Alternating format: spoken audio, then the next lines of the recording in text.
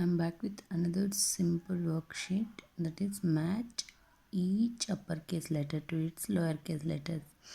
When I say phonics, phonics are nothing but lowercase letters. That means these are the letters alphabet and these are their corresponding sounds. So let's start the matching worksheet. This worksheet already done, but I will explain capital letter A and its small letter A, capital letter B and corresponding small letter B. Here B and D and their corresponding small letters, kids will get easily confused.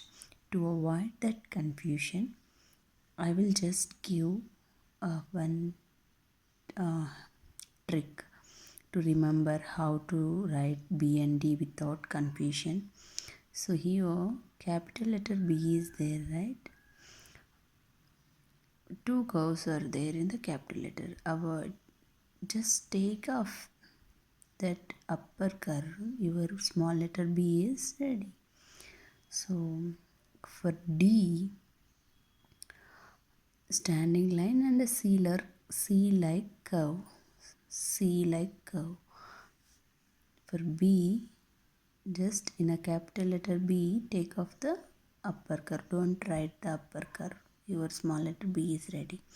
In this way, kids will easily remember. Up to sometime this will help them to avoid the confusion. After that, they used to get it. With the age, they will write properly. But in the early learning, we can give this tip for them. And here C and small letter C, D standing line and a C like curve, E. They don't get confused with this.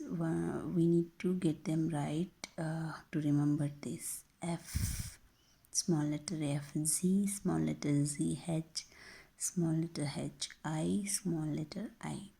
Here the worksheet I have used the caterpillar. You can use sketch pens to make it more colorful as well.